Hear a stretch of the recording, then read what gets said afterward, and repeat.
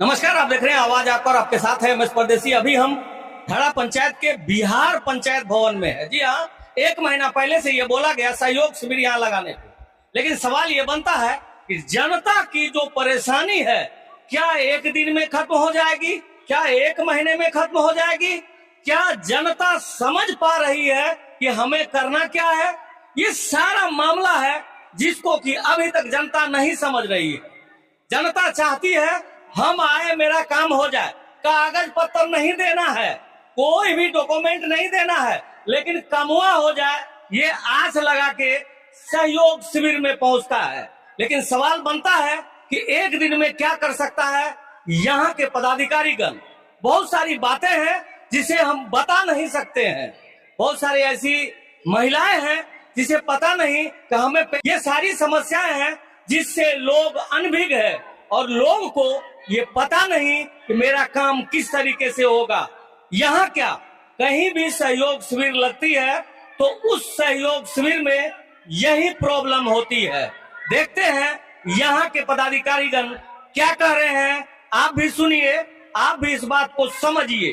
धड़ा से एमएस परदेसी आवेदन ले रहे हैं और उसका आवेदन का उस पर रजिस्टर मेंटेन कर रहे हैं कि कितना आवेदन पड़ा और उसको तुरंत निष्पादन कर रहे हैं। कहीं न कहीं सर जो है आम लोगों को पानी और बिजली के लेकर जो है काफी समस्या हो रही है। आप देख रहे हैं कि बिजली पानी लेकर के हम लोग भी चिंतित है, सरकार भी चिंतित है। थोड़ा आपदा के कारण कहीं कहीं तार पोल गिरा है, इसका पूर्ण गति से काम चल रहा है, जल्दी कार्रवाई हो। जी बहुत बहुत मुख्य उद्देश्य था ग्रामीण जनों का समस्या का निपटारा। जैसे मान लीजिए इंदिरा आवास है, आधार कार्ड है, नल जल है, आयुष्मान कार्ड है, या मान लीजिए कि आपको राशन कार्ड है, इत्यादि जो भी समस्या किसी भी व्यक्ति के पास में है उसका समाधान। और बहुत सा आवेदन हमारे यहाँ शिविर में पड़ा है जिसका बहुत सा समाधान हो चुका है। कुछ समस्या जो बचा हुआ है वह 30 दिन के अंदर उसका कर दिया। सबसे अधिक समस्या हम लोगों के यहाँ नल, बिजली, राशन कार्ड और आयुष्मान कार्ड, गैस सिलेंडर, पानी की समस्या सबसे ज्यादा है। सरकार की जानकारी हमारे पास नहीं है, किसी भी ग्रामीण ने हमें आज तक शिकायत नहीं किया। इस पर कार्रवाई की जाएगी। मेरा नाम धीरेन्द्र प्रसाद भगत, मुखिया प्रतिनिधि एवं टैक्स अध्यक्ष पंचायत।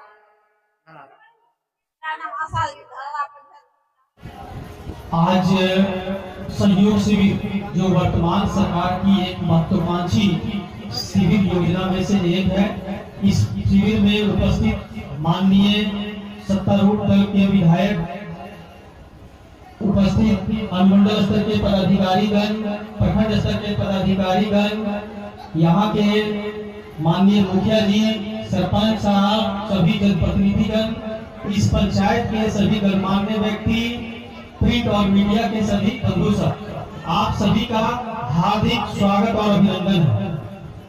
चूंकि यह हमारे अनुमंडल में दूसरा सहयोग शिविर है, पहला हो चुका है और दूसरा आज धड़ा पंचायत में है।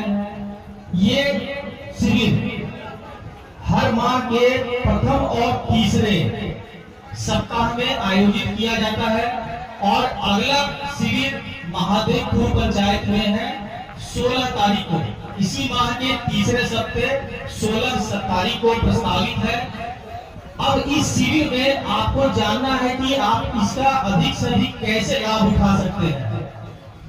इसमें 1 माह पहले से हम लोग आवेदन लेते हैं।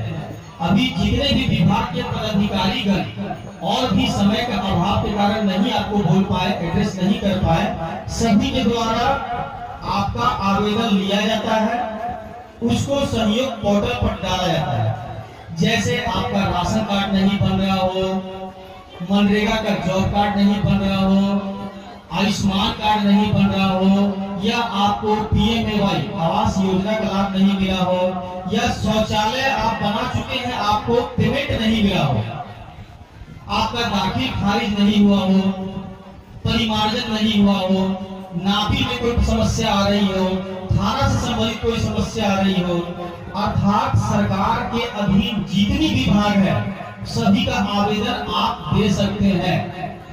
इस पंचायत में हम लोगों को 79 आवेदन मिले हैं, 79 आवेदन, जिसमें हम लोग 77 का निष्पादन कर चुके हैं। मात्र 2 आवेदन हमारा पेंडिंग है जो 2-3 दिन में निष्पादित हो जाएगा। इस प्रकार आवेदन तो काफी कम हुआ है, लेकिन मैं चाहता हूं कि आप लोगों का जो भी समस्याएं अभी भी रह चुका है, आप उसको हमारा शिविर काउंटर लगा हुआ है, वहां भी दे दीजिए, आपका त्वरित उस पर निष्पादन होगा।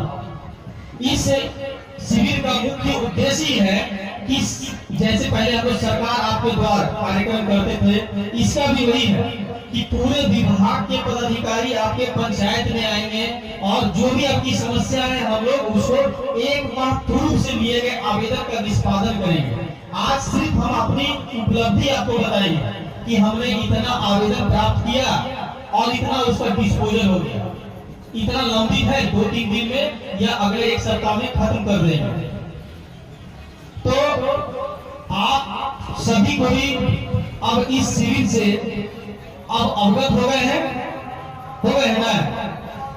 और भी एक आपको बात बताता हूं कि अगर आपको अभी भी कोई समस्या लगती है तो बहुत अच्छा पोर्टल है सहयोग शिविर, जो कि माननीय सीएम सर और वहां के जितने भी सेक्रेटरी सचिव सर महोदय हैं सबके द्वारा मॉनिटर किया जाता है।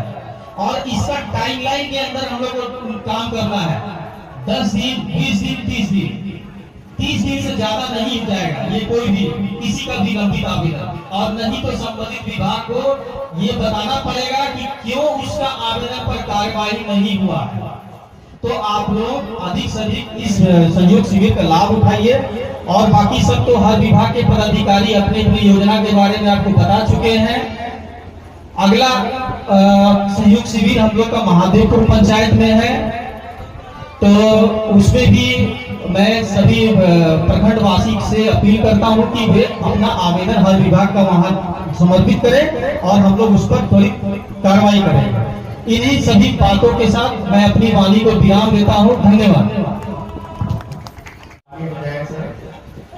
यहाँ उपस्थित मुखिया जी, सरपंच जी, अन्य जनप्रतिनिधिगण, यहाँ पर आए सभी जनता जनार्दन और उपस्थित सभी सरकारी कर्मचारी और सेवक, ये जो हम लोग यहाँ पर सहयोग शिविर का आयोजन कर रहे हैं, ये हर प्रथम और तृतीय मंगलवार को अलग अलग पंचायत में किया जाता है।